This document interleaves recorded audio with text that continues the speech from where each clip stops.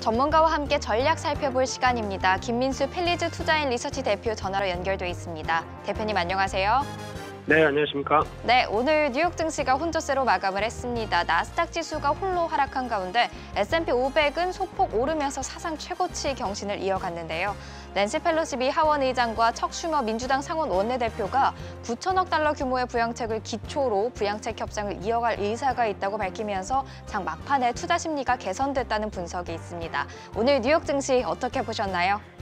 네, 잘 봤습니다. 잘 봤는데 이제 중요한 부분들이 하락으로 시작했다가 저가 매수가 유입되면서 폭을 좀 혼조세로 마감됐다고 보는 게 가장 맞는 표현인 것 같고요. 네. 일단 미국 시장에도 올라온 어느 정도 좀 상승한 만큼 그에 따른 또 미묘한 뉘앙스에 따라서 변하고 있는 흐름을 보여주고 있는데 그만큼 또 상승에 대한 부담도 있다는 얘기로 봐야 될 것 같고요. 그런데 중요한 최근에 나오는 경제 지표를 보게 되면 모두 다 생각보다 떨어집니다. 오늘 발표됐던 대표적인 11월 ADP 민간 고용을 본다고 하더라도 컨센서스보다 훨씬 떨어지는 수치를 보여줬다라고 하게 되면 의료업 관련된 코로나19의 영향이겠죠. 이쪽을 제외하고는 모두 다 어떤 신규 고용이 제대로 나오지 않는다라는 부분을 봤을 때 아무래도 이런 고용과 관련된 데이터의 부족은 어떤 추가적인 부양책이 필요하다라는 반증으로 해석되고 있는데 그와 관련돼서 이제 계속 공화당과 민주당 사이에 줄다리기만 이어졌을 뿐 다시 협상을 시작한다. 그래서 주가가 다시 반등하는 이런 미묘한 투자 심리 가지고 아직 미국 시장을 설명하기는 좀 힘들 것 같고요. 네. 그런 차원에서는 여전히 기대감은 있지만 결과를 봐야 된다라는 관점 쪽에서 일단은 이와 관련된 미국 시장의 동향은 어느 정도 상승에 대한 추가적인 탄력보다는 여전히 단기적으로 좀 고민을 할 시장 흐름들이 나온다는 관점 쪽에서 조금 더 시장의 폭이 어느 정도 상승폭이 강화되지는 힘들지 않을까 생각되고 있고요. 그와 함께 또 최근에 나오고 있는 동향을 봤을 때 테슬라 얘기가 오늘 또 미국 시장에서 가장 많이 나왔는데 대표적으로 어떤 머스크 회장은 일단 지금 우리 주가가 비싸다는 식으로 약간 얘기를 하는 그런 상황들이 나오죠. 네. 그런데 이제 S&P 500 편입을 앞두고 대거 패시브 자금이 유입될 수 있다라는 기대감도 있지만 오늘은 일단 조정을 받았습니다.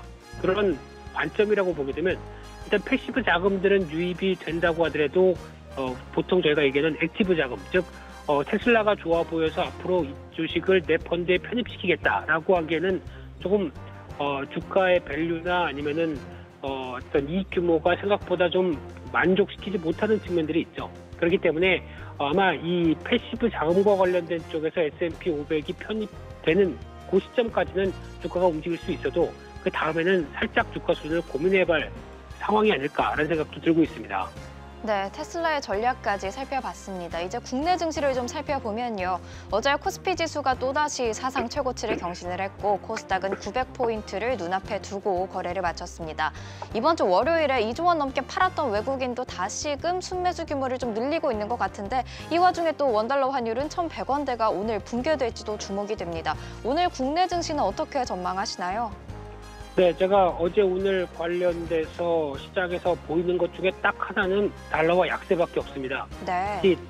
최근에 어제 그저께였었죠. 그저께부터 달러와 인덱스를 보게 되면 그렇게 두텁게 지지하던 92대가 본격적으로 무너지기 시작합니다. 네. 그러면 이제 달러와 약세의 본격적인 서막이라고 봐야 될 부분이라고 생각되고 있는데요.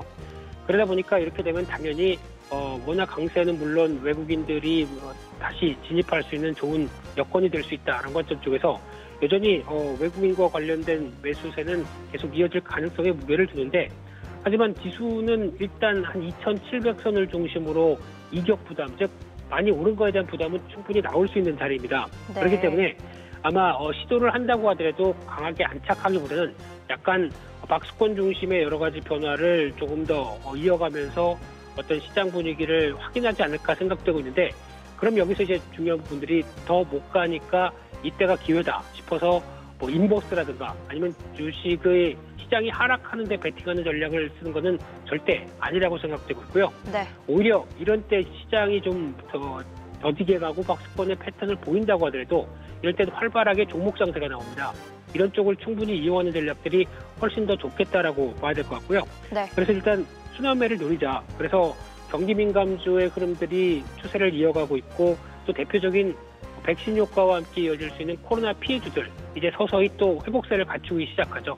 이런 종목들 쪽으로 종목 대응들이 더 낫지 시장 하락에 베팅하는 전략들은 그렇게 썩 좋은 전략이 아니다라는 점을 다시 한번 강조드려야 될 것 같습니다. 네.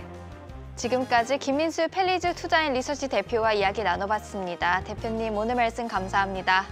네, 감사합니다.